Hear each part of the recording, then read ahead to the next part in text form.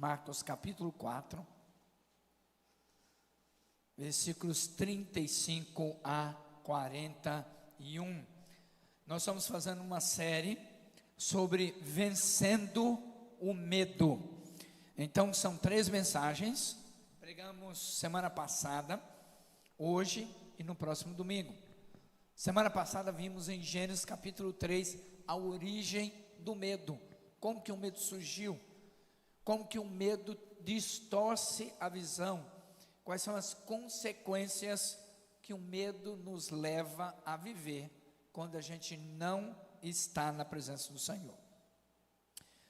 Então, Marcos capítulo 4, 35 e 41, Deus no meio da tempestade, diz assim: naquele dia, ao anoitecer, disse ele, Jesus, aos seus discípulos: vamos atravessar para o outro lado.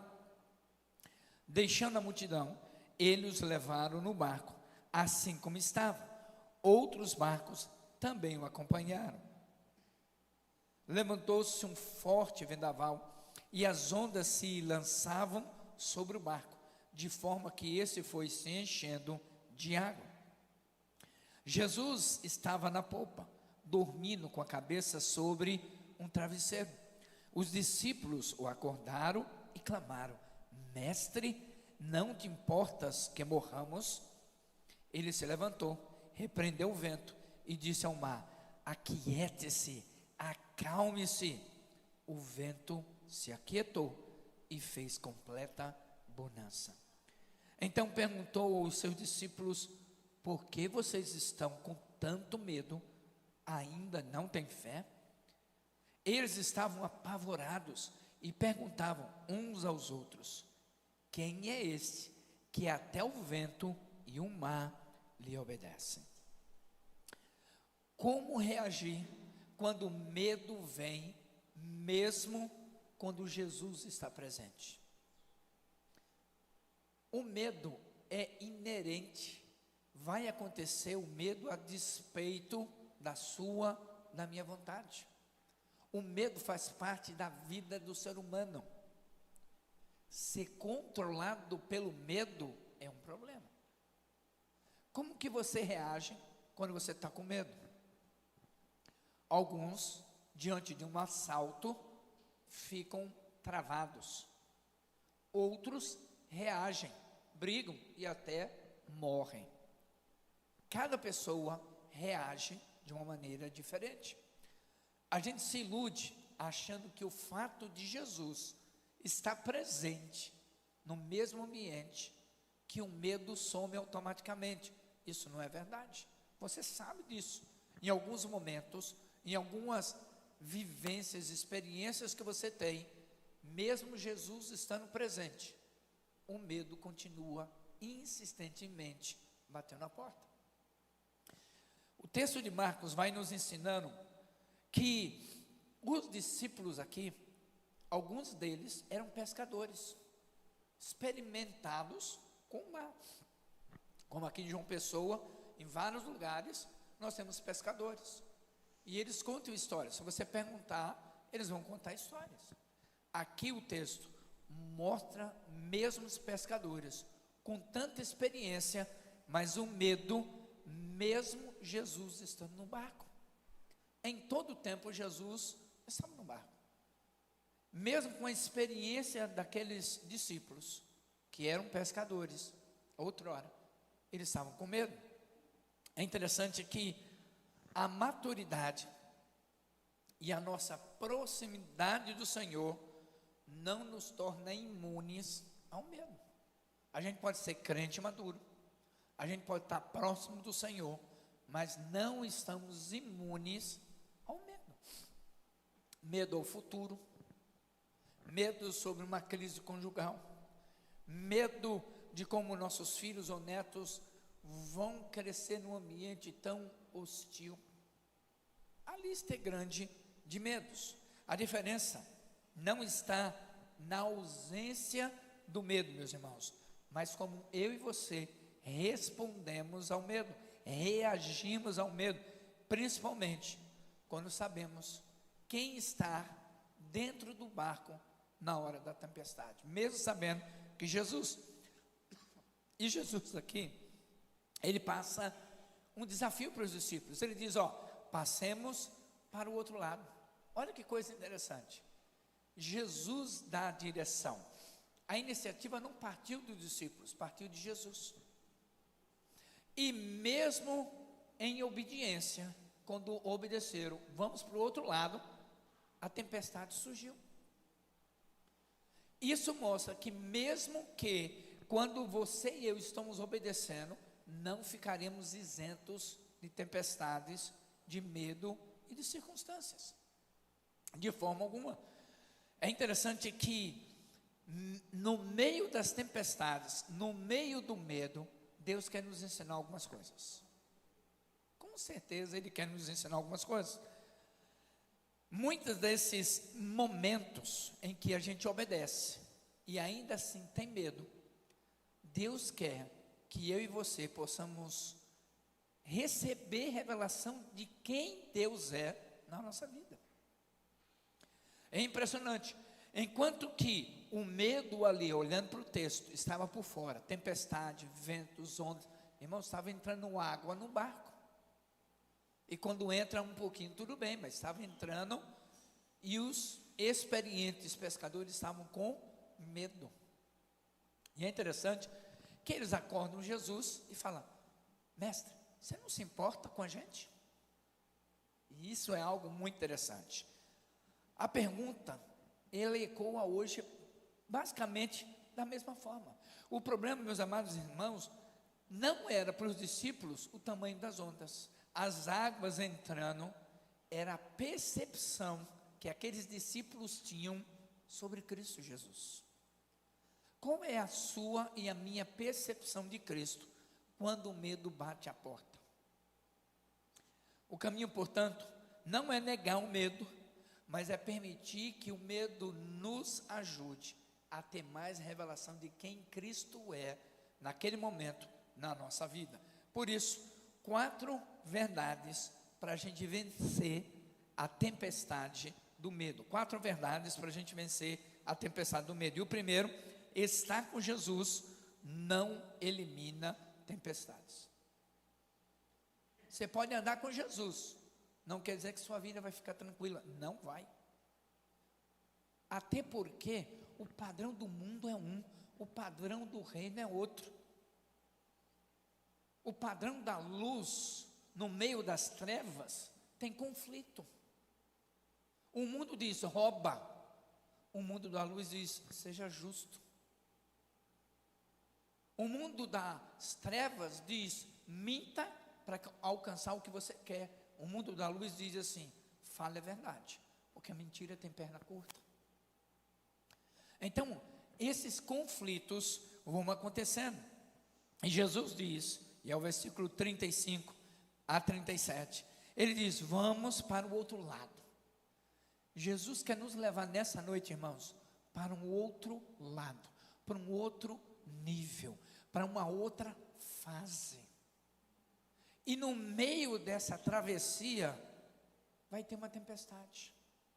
No meio da caminhada, as ondas vão subir.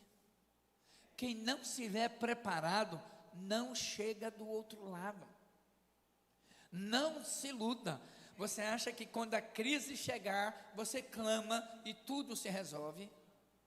Quem se prepara, vence. Quem não se prepara, acaba sucumbindo, desistindo, sendo levado. E é interessante, o texto diz, versículo 37, levantou-se um forte vendaval. Não foi um vendaval qualquer. Aonde nós morávamos, está 9 graus agora. Imagina 9 graus, irmãos. 2 graus agora. Imagina o frio. Irmãos, lá é seco. Parece que você está enfiando uma faca, tirando, enfiando, tirando. É um frio doido, seco, vai entrando nos ossos. A gente não tem saudade desse frio, não assim. Mas imagina, todo ano você sabe que a temperatura lá naquela região vai despencar. E surpreende todo mundo. O texto está dizendo aqui, passemos para o outro lado. Não foi um impulso dos discípulos, foi um direcionamento da parte do Senhor Jesus.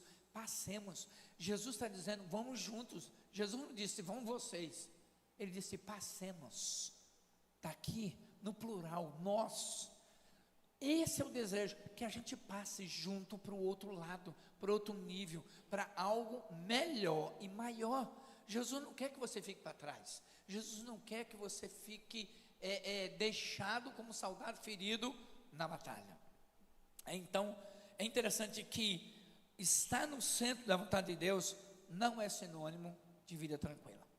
Não espere, se você se ilude achando que ter Jesus é calmo, sereno e tranquilo, não vai ter problemas.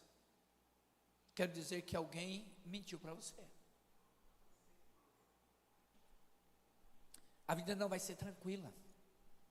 A vida vai ser um processo de crescimento no meio de vendavais, no meio de tempestade.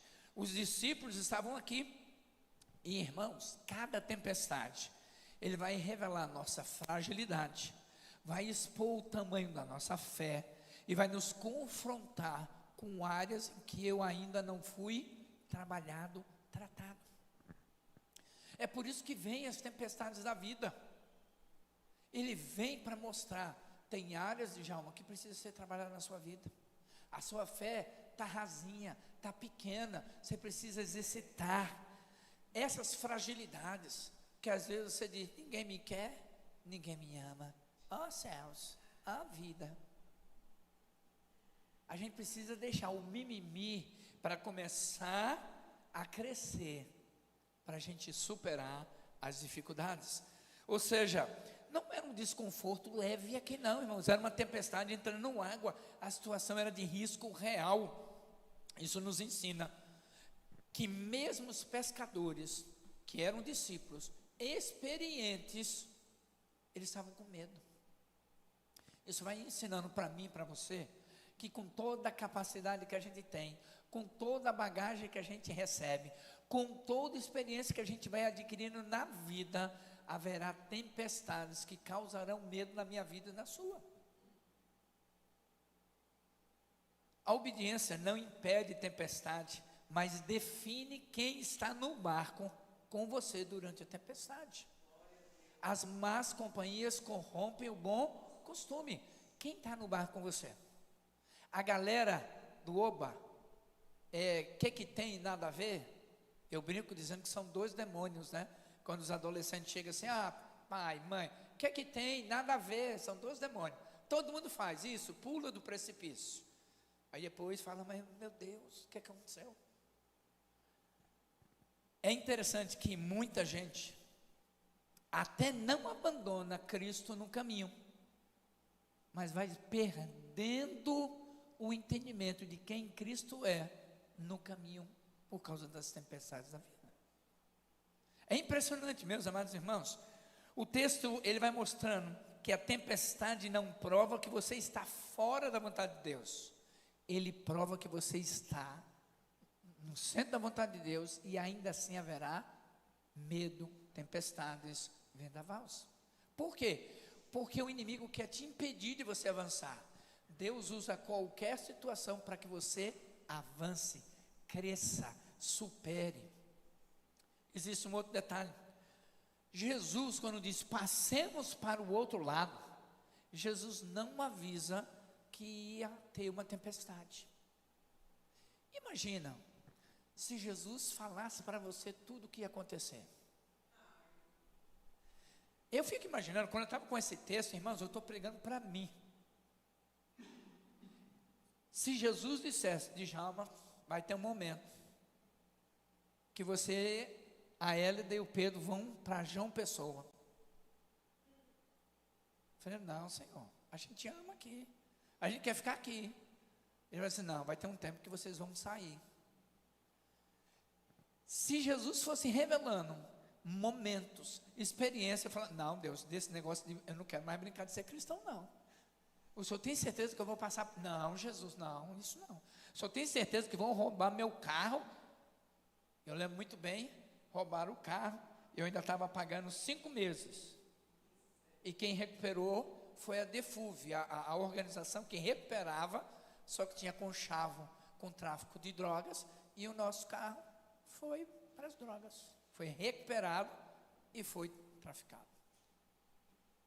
Eu poderia deixar de pagar, mas eu paguei os 5 meses, mesmo sabendo que não tinha carro mais. Pastor numa igreja, fui fazer tudo de bicicleta, de bike. E Deus foi dando. Deus não vai revelar todo o processo para você e para mim. Deus vai dizer assim: passemos para o outro lado. E no processo, não é para ter controle, é para ter confiança. Repete comigo: no processo, não é para ter controle, é para ter confiança em Deus. Você não controla nada, eu não controlo nada, irmãos. Eu sou pastor aqui, por quanto tempo? Só Deus sabe. Mas quem é o cabeça aqui? É Jesus. Ele que manda. Se Ele quiser mudar tudo, Ele tem liberdade. Eu não sou doido para ir de frente com Jesus, eu sempre vou perder. É interessante que alguns acham que a presença da tempestade significa ausência de Deus. Não é. Se você andar errante, só fazendo escolhas erradas, andando sabendo conscientemente que está no caminho errado, as tempestades vão destruir e engolir você. Uma hora a conta chega, uma hora o boleto vai chegar com juros e correção. Mas quando a gente anda em obediência, a gente vai passar por algumas tempestades, e não significa que Deus está ausente. Não significa que Deus cruzou os braços e disse assim: agora se viram, não posso fazer mais nada por você. Não. Olha algumas perguntas para eu e você pensarmos. Primeiro, você já interpretou uma crise como sinal de que estava fora da vontade de Deus? Eu já, muitas vezes. Vivi crises e falei assim: não, a coisa está tão ruim que eu acho que eu estou fora da vontade de Deus. Depois eu via que não. Era parte do processo de ensino de Deus para me fazer crescer. A vida só é dura para quem é mole, irmãos.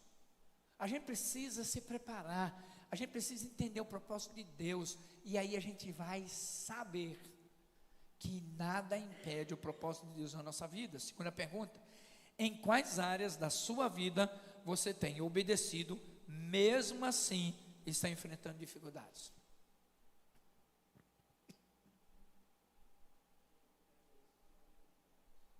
Você obedece, enfrenta dificuldades. E glória a Deus por isso, porque você vai ter história da provisão de Deus na sua vida. Você vai ter história da providência de Deus usando pessoas na sua vida. Terceiro, você tem confiado mais na sua experiência ou na presença de Cristo nas tempestades? Não, deixa comigo que eu resolvo. Meu irmão, tem muita coisa que eu sei fazer, mas tem hora que Deus pega aqui assim, ó, pelo cabelinho, não é nem pela orelha. Ele fala assim: Djalma, fica quieto, deixa que eu estou no controle. E muitas vezes eu sou proativo, eu quero fazer, e Jesus fala: espera, senão é mais uma semana de castigo. Eu falei: tá bom, Jesus. Eu fico me coçando, mas eu tenho aprendido que é melhor obedecer. 4, como você reage quando Deus não te revela todo o processo, apenas o próximo passo? Quem diz para você que Deus tem que dizer tudo? Deus não vai te dizer tudo. Deus vai te dizer o próximo passo. Basta cada dia o seu próprio mal. Então, obedeça hoje. Amanhã Deus proverá. 5, sua fé está condicionada à ausência de problemas ou à presença de Jesus. Tem gente que acha que a vida é salvo, tranquilo e soberano, sossegado. Não é, irmãos. Não é. Como é que eu aplico isso? Primeiro, pare de medir a vontade de Deus pela circunstância. Pare de ficar medindo. Nem toda tempestade é sinal de desvio, de desobediência. Às vezes é parte do percurso. 2, permaneça no barco, não pule, não fuja do processo que Deus tem para você e para mim. A pior decisão em meio à crise é abandonar tudo aquilo que Deus mandou você fazer. 3, desenvolva confiança e não controle. O que quer dizer? Deus te chamou não para entender tudo, Deus te chamou para você confiar nele. Em tudo é diferente. Não é ter o controle de tudo, é confiar em Deus em tudo. Essa é a diferença. 4, reconheça seus limites. Há situações de sua experiência que não resolve, não tem jeito. Isso não é fracasso, é dependência sendo construída. Sabe, seus limites, cansaço. Eu digo, eu aqui gostaria de estar na cama, à base de remédio, mas o meu amor por Cristo e o compromisso com os irmãos me faz vir aqui. 5, reforce sua consciência da presença de Jesus. A segurança não está na calmaria, irmãos, na tranquilidade, mas em quem está com você no meio da tempestade. Jesus está com você no meio da tempestade. Jesus está com você mesmo quando o medo chega. A tempestade não veio para destruir os discípulos, veio para revelar para eles quem Jesus realmente era. E isso muda tudo. Segunda verdade que eu aprendo nesse texto: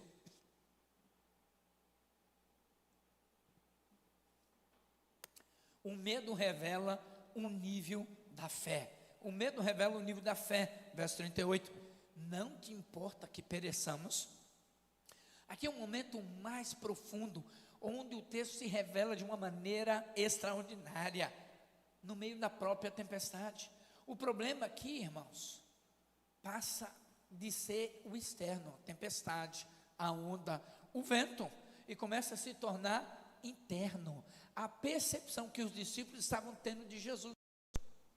No meio desse processo, eles acordam Jesus e perguntam: Jesus, você não se importa com a gente? Eu fico imaginando que Jesus estivesse aqui, a listinha que você tinha para entregar para Jesus.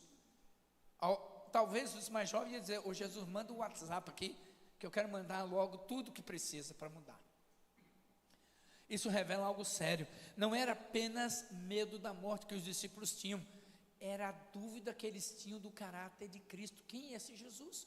Porque a tempestade está vindo aqui, o vento está vindo aqui, as ondas estão entrando. Marcos vai nos ensinando que antes, aqui nos capítulos anteriores, Jesus já tinha ensinado, Jesus já havia curado, Jesus já havia libertado pessoas, evidências já tinham acontecido.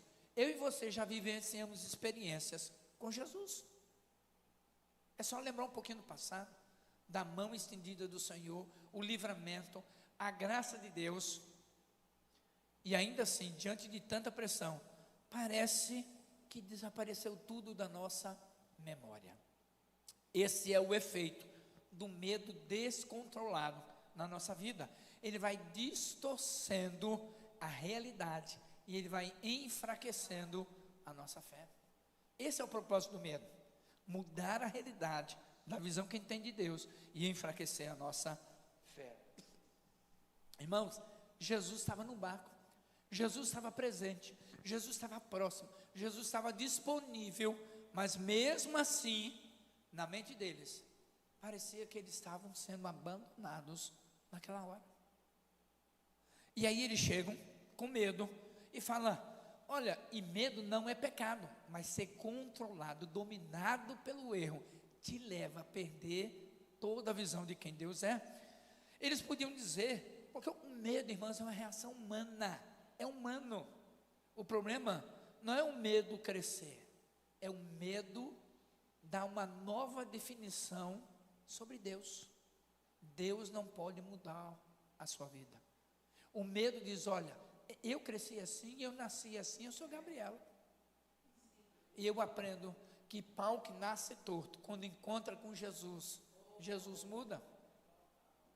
Perceba que os discípulos não falaram para Jesus: Jesus, salva-nos. Não foi isso que os discípulos disseram. Os discípulos disseram: Senhor, o Senhor não se importa com a gente, o Senhor não ama a gente. Era um momento, naquela circunstância, a crise da fé. Quem já não passou por um momento diz assim: Deus, você esqueceu de mim. Não esqueceu. Deus não está vendo nada. Deus, não é possível que o Senhor não esteja vendo o que estão fazendo comigo. Não é possível, Deus. Deus, o Senhor não se importa mais comigo. Eu estou indo na igreja, eu faço isso, eu faço aquilo. Essa ideia, meus irmãos, não nasce na verdade, quando eu penso assim. Ela nasce no medo. Quando a gente começa a questionar Deus, o Senhor não se importa. A Bíblia diz que é um homem para Deus. Você acha que Deus precisa de mim ou de você, irmão? Não precisa. Mas nós precisamos de Deus. É interessante que os discípulos estavam com Jesus e ainda não confiavam plenamente em Jesus. Isso mostra que a proximidade não é sinônimo de profundidade. Você pode estar com o Rodrigo sem conhecer o Rodrigo. Eu posso estar com o Daniel sem conhecer o Daniel. Você pode estar comigo sem me conhecer. Proximidade não significa profundidade. Os discípulos estavam com Jesus, Jesus estava com eles, mas ainda não havia profundidade. Você pode caminhar com Cristo e ainda assim não conhecê-lo o suficiente para confiar nele na hora da crise. Por isso o versículo diz assim: porque, Jesus falando, porque sois tão medrosos e ainda não tendes fé. O maior problema não era a tempestade ao redor deles, era a incredulidade dentro deles. Eu faço algumas perguntas. Primeiro, em momentos de crise, sua primeira reação é confiar ou questionar o cuidado de Deus? Segundo, você já se pegou pensando ou dizendo: Deus não se importa comigo? Com certeza. 3, sua fé está baseada no que Deus já fez ou apenas no que você gostaria que Ele fizesse agora? 4, você conhece Deus o suficiente para confiar nele quando Ele parece em silêncio? Deus não fala nada. E aqui é meu calcanhar de Aquiles. Tem momentos que Deus não fala nada. Eu fico imaginando que Deus fica assim.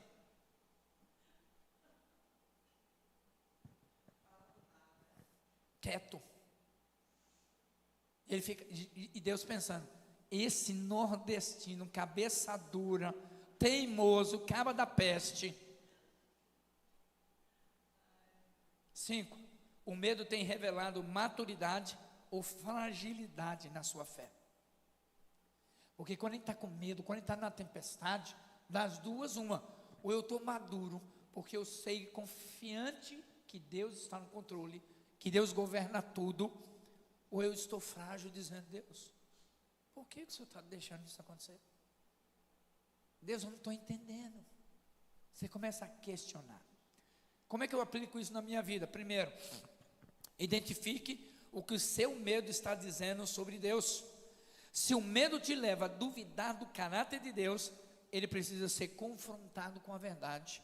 Conhecereis a verdade, e a verdade vos libertará. O que o medo tem revelado para você? 2, fortaleça a sua fé antes da tempestade. Se você for fortalecer a sua fé na hora da tempestade, você vai sucumbir. 3, lembre-se das evidências do cuidado de Deus. Quero trazer à memória aquilo que me dá esperança. Lamentações de Jeremias 3:21. O que te traz à memória? Esperança, alegria. Eu fico lembrando. Vai colocando no seu banco de sonhos: eu sonho com isso, porque Deus já fez isso, Deus já agiu assim. Vai anotando, as vezes inúmeras que Deus agiu, proveu, libertou. 4, troque acusações por oração. Deus não se importa, aprenda a dizer: Senhor, eu confio em Ti, mesmo sem entender. Senhor, eu confio em Ti, mesmo sem entender.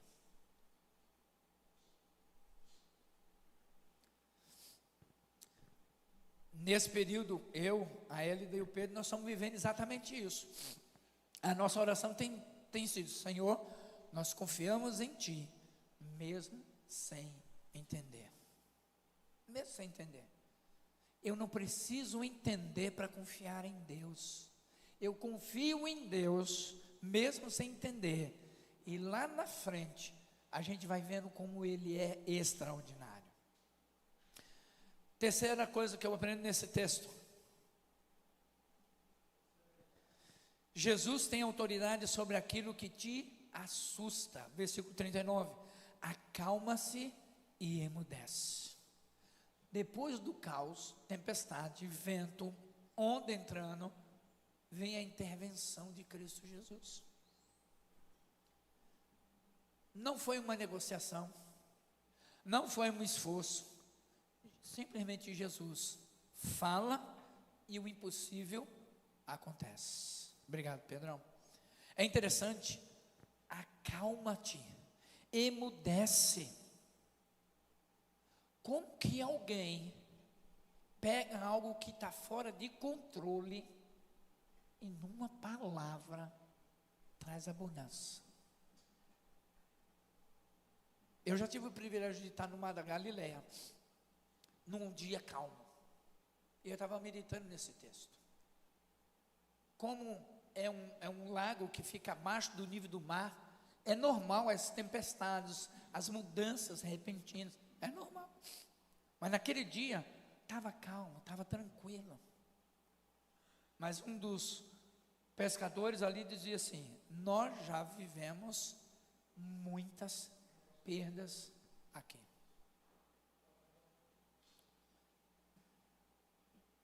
O texto vai dizendo que Jesus, Ele aconselha, Jesus ensina, Jesus cura, mas Jesus governa todas as coisas, inclusive a natureza. Inclusive a natureza. O vento obedece, o mar se cala, a criação responde à voz de Deus. E eu e você respondemos corretamente? Às vezes, meus amados irmãos, nós superestimamos o medo, o problema, a tempestade. E nós subestimamos o poder de Deus. Isso é normal. A gente fala do problema, a gente vê o problema do tamanho como ele é. Ele é grande, ele é gigante, ele é insistente. E a gente fala assim: e Deus é o quê? Não, Deus é grande. Não parece. Deus é maior, irmãos. Deus governa sobre todas as coisas. O diabo não tem o mesmo poder, nem perto do que Deus tem. Ninguém no universo governa como nosso Deus. Ninguém. Agora, ou você quer ter o controle, ou você vai buscar ter confiança em Deus. Jesus aqui, ele se levantou e falou, simples assim: acalma-te e aquieta. Jesus não precisa gritar. Jesus não precisa fazer um interrogatório. Jesus tem todo o poder nos céus e na terra. E é interessante que Jesus, ele primeiro se levanta, porque ele é chamado. E é interessante que aqui eu vou aprendendo que muitas vezes no meio da tempestade, eu preciso chamar Jesus. Ele quer esse relacionamento. Senhor, qual é a direção? Senhor, qual é a porta? Senhor, o que o Senhor quer me ensinar com tudo isso? É para esperar? Eu estou desesperado para ir, mas se o Senhor disser que é para ficar, eu fico. Se o Senhor está dizendo que eu quero ficar, mas o Senhor está dizendo que é para ir, nós vamos. Porque o melhor lugar é o centro da vontade de Deus. Você pode correr atrás de tudo. E não está errado, não é pecado você ter uma boa casa, carro, nada disso está errado. Ele passa a ser errado quando isso ocupa o lugar de Deus. Quando isso passa a ter prioridade maior do que Deus. Ainda hoje ouvi alguém dizendo assim, e eu fiquei muito feliz. Pastor, essa semana, final de expediente, fui demitido. Imagina nos dias de hoje, com as contas que você tem. Mas no dia seguinte, Deus disse, fica aí tranquilo, meu filho. Amanhã é um novo dia. E Deus abriu a porta e começou a trabalhar. Quem confia, vive experiências com Deus. Quem controla, vive frustrações consigo e com outros. Pare de controlar, confie mais em Deus. Perguntas. O que hoje parece fora de controle da sua vida? O que está fora de controle? Segundo, você tem reagido ao problema ou recorrido à autoridade de Cristo? Tem gente que entra em desespero, vai no banco, faz empréstimo desnecessário, pede dinheiro emprestado, vai no agiota, enfim, vai usando tantas situações que Deus não aprova. Quando você deve chegar, Senhor, o que fazer? Esse é o primeiro momento. Eu estou lutando, porque está vindo várias experiências aqui, mas eu vou me deter no texto. Você acredita que Jesus realmente tem poder sobre essa situação específica? Eu quero dizer para você, tem. Se você deixar, Ele age. Mas Deus não vai agir se você não permitir. 4. Em quais áreas você tem tentado resolver sozinho aquilo que só Deus pode controlar? Como é que aplico isso, meus irmãos? Pare de subestimar o problema. Você põe um problema lá em cima. Lá em cima é o lugar de Deus. O lugar do problema é ali, ó, debaixo dos pés de Jesus. Segundo, ative sua fé através da oração. Ore, meu irmão. Comece a clamar. Lembra de Jericó? O povo orou. O povo gritou. E aí o muro caiu. Talvez você não está vendo um muro, porque você não está orando. E no grupo, quando chegamos na cidade de Jericó, alguém perguntou assim, mas cadê as muralhas de Jericó? Falou, meu irmão, você não está lendo a Bíblia não, está tudo no chão. Tem muralha não, só tem um testemunho do que Deus fez. 3, entregue o controle. Se você tentar resolver tudo, você não consegue. 4, espere uma intervenção completa e não parcial. Deus não faz nada parcial. João 2, casamento, bodas de Caná da Galileia, levou água, e no caminho, no processo, transformou em vinho de melhor qualidade. É no processo, é na obediência, é na caminhada que a gente vai vendo o milagre acontecer. Último, o maior problema não era a tempestade, era a incredulidade. Versículo 40, porque sois tão tímidos, ainda não tendes fé. Versículo 40, depois de silenciar o vento e o mar, Jesus vai surpreendendo com essa pergunta. Ele não começa explicando o milagre, e ele nem precisa, mas ele vai confrontando o coração dos seus discípulos. Você já tem tanto tempo de vida cristã, deveria estar mais maduro, mais eficiente, influente, multiplicando vidas, mas parece que você parou no tempo. Ele está dizendo, por que você é tão tímido? Carrega a ideia de medo paralisante, covardia diante da crise. Como é que você ainda não tem fé para confiar que Deus continua no controle? Ou seja, não era falta de informação dos discípulos, era falta de confiança. Às vezes a mesma coisa comigo que você, não é falta de informação, é falta de confiar, é falta de se relacionar com Deus. Na prática, ainda não confiavam em Jesus nos momentos críticos. É isso que o texto está revelando. Jesus não ignora a tempestade, mas também não trata como o maior problema. A tempestade era uma tempestade. Ele sabia que tinha controle sobre tudo, mas ele não quer invadir a sua privacidade, a sua escolha. Ele respeita, por mais que ele queira ver em você e a partir de você uma transformação. Nós gostamos que Deus resolva nossas circunstâncias, mas Ele está mais interessado em transformar a nossa fé. A gente quer resolver o problema, Deus quer transformar a nossa fé. E eu faço as perguntas para a gente finalizar. Primeiro, o que as suas reações nas crises revela sobre a sua fé? Na hora da crise, como é que você reage? E como isso se revela? Mostra o tamanho da sua fé.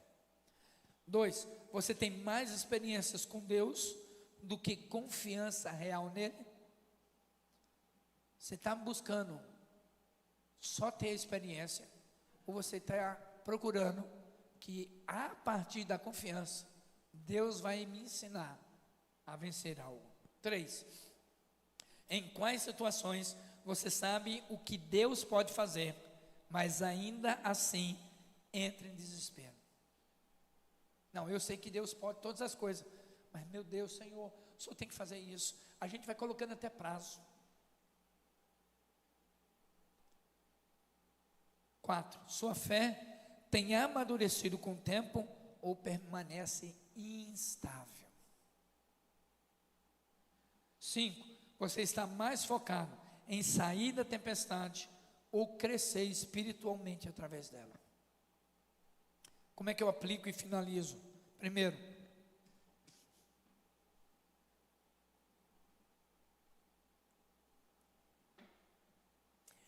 pare de focar apenas na solução externa.